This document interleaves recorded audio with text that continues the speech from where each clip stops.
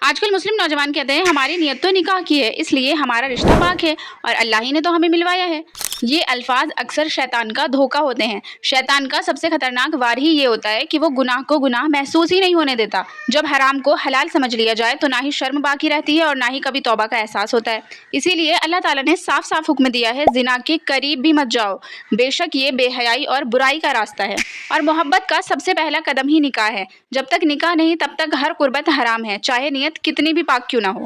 صحیح بخاری، صحیح مسلم اور ساری حدیثوں میں آتا ہے کہ محمد صلی اللہ علیہ وسلم نے فرمایا جب مرد اور عورت تنہا ہوتے ہیں تو تیسرا ان کے درمیان شیطان ہوتا ہے۔ اب شیطان کا کام آپ لوگوں کو بہت اچھے سے پتا ہے۔ اور ایک اور حدیث میں آتا ہے کہ زنا کرنے والا زنا کے وقت مومن نہیں رہتا، یعنی کہ اللہ تعالیٰ ایمان کو کھینچ لیتے ہیں۔ اب سوچو، جب زنا کے وقت مومن ہی نہیں رہے، ایمان ہی اللہ نے نکال لیا، تو کیا گارنٹی ہے کہ اللہ بنا توبہ کے ایمان لوٹا دے؟ اور کیونکہ حرام کو تو آپ غلط سمجھ ہی نہیں رہے ہو تو توبہ کا تو کبھی خیال ہی نہیں آئے گا۔ پر یاد رکھو، اگر بنا توبہ کے انتقال ہو گیا، مر گئے، تو اللہ نے ایمان بھی چھین لیا اور قیامت میں نبی کی شفاعت سے بھی محروم ہو جاؤ گے۔